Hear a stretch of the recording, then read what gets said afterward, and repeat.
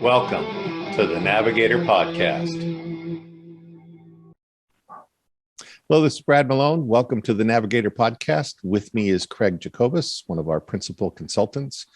And Craig really specializes in executive coaching, kind of CEO management, leadership, those types of things. So, Craig, I wanted to continue the conversation we've been having on next generation leadership, because you brought up some very good points on what types of leaders there are. And I'd like us to explore that and then kind of move it into how does that impact companies?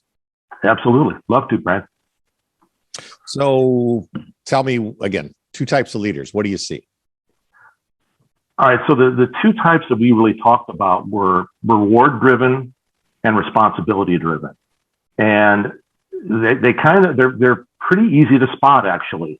The reward-driven, they look at getting into the manager's chair, the VP's chair, the CEO's chair as I've earned it. I've worked hard and this is my reward.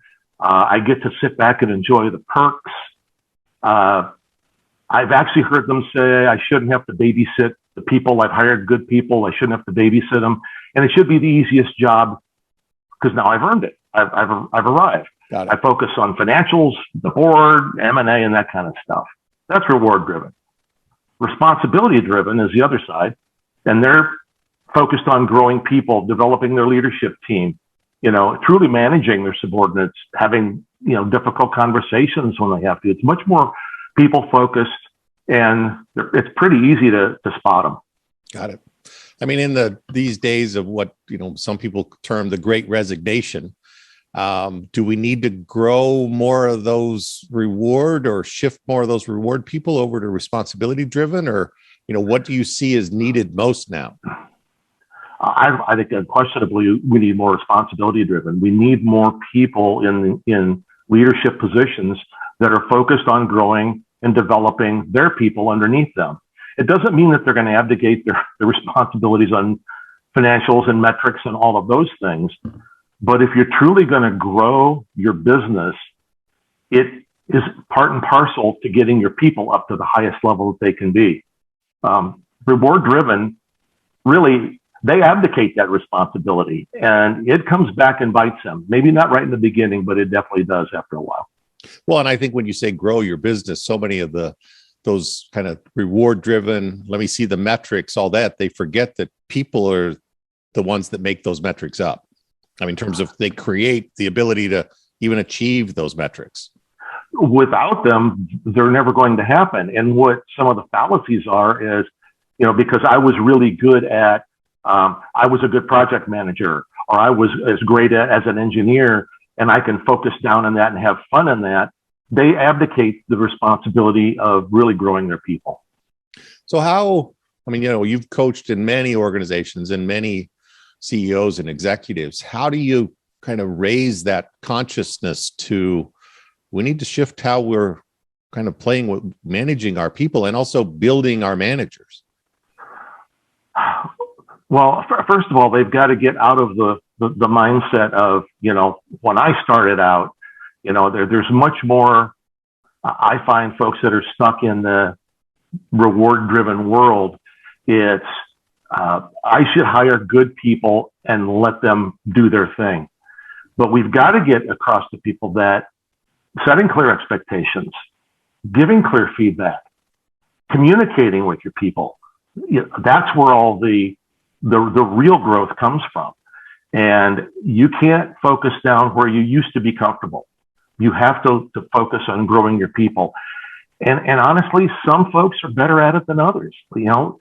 Let's say, if you've grown up and, it's all about me, well, that's harder to convert to all about them, because that's really what the responsibility driven model looks like. Extroverts are easier to connect with people. So, they may have a better time of knowing what they have to do, having those conversations with people. So it's kind of some people see it fairly quickly, Brad, that I coach, and others, sometimes it takes a 360. Sometimes it takes some personality assessment work to actually be able to have them see what's going on around them. Got it. I mean, in my new role within Solutions 360 and Navigate Management Consulting, I now have direct reports. So, and I'm metrics driven, but that's what this. I've also always liked to grow people. Now I have people that I have to grow, and I think what's there is that they often expect, well, Brad has the answers because he's the boss. And so what I'm saying is, no, I just have the direction. And I'm vulnerable and I'm going to make mistakes. And I also hired you because you're smart. So you're going to help me move where we want to move the organization. And it's interesting. They're kind of going, well, that's new or unique. And it's like, I didn't hire you to be a machine. I hired you to be the next generation of leadership. Absolutely. It's interesting you bring that up, because I used to tell people in the companies that I ran, I hire you from the neck up. Yeah. And I expect you to be able to come up with ideas. You're closest to the work. You're closest to the problems that are going on. I can't have all the answers. And if I try to pretend I have all the answers, then there's a lot of great solutions and a lot of great innovation that's gone by the wayside because we simply didn't ask. And that, I mean, what would be one kind of facet to say to people who, because again, I'm confident, which also means it's okay if I don't know everything. But I think there's that myth and like you're saying of that generation or that different level that the manager had to be the smartest person in the room. And I've always, 1 minute manager, all that is like, when my job is, or my reward as a manager is when they like kind of leave the nest of their own. That, and I've done a good job. How do you shift that mindset to this kind of down these people, the Amway approach? They'll take over when I die. Great question. You have to truly be curious. You have to come from a position of curiosity. And because we have come up in an era of, I'm the boss now and I have to have all the answers. And again, we talked a little about the generational thing. And if it's about me, and if you aren't as comfortable in your own skin, I can't let them see me not know something. But if you can truly let down that guard and truly ask probing questions, ask them what they see, ask them, how could we do this differently? What's a better solution here? What am I missing? What could we do differently? And truly come from a position of curiosity. And when they come to you looking for, quote, the answers are in a form of question.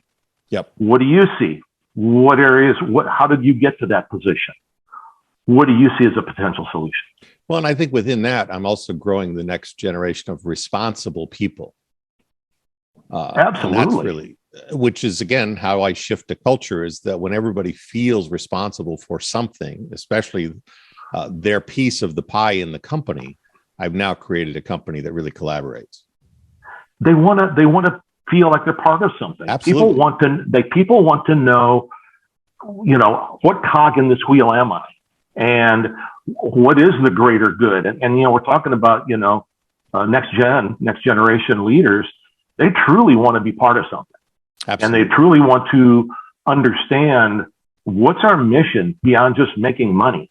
How are we, quote, changing the world, to use an overused statement, but how are we really creating value for our customers, for our communities? What are we doing and what part am I in that? Got it. So I think with this session, we really opened up that a lot of it is asking good, probing, curious questions, and also non-judgmental. There's not a right answer here. The right answer is ask the curious question.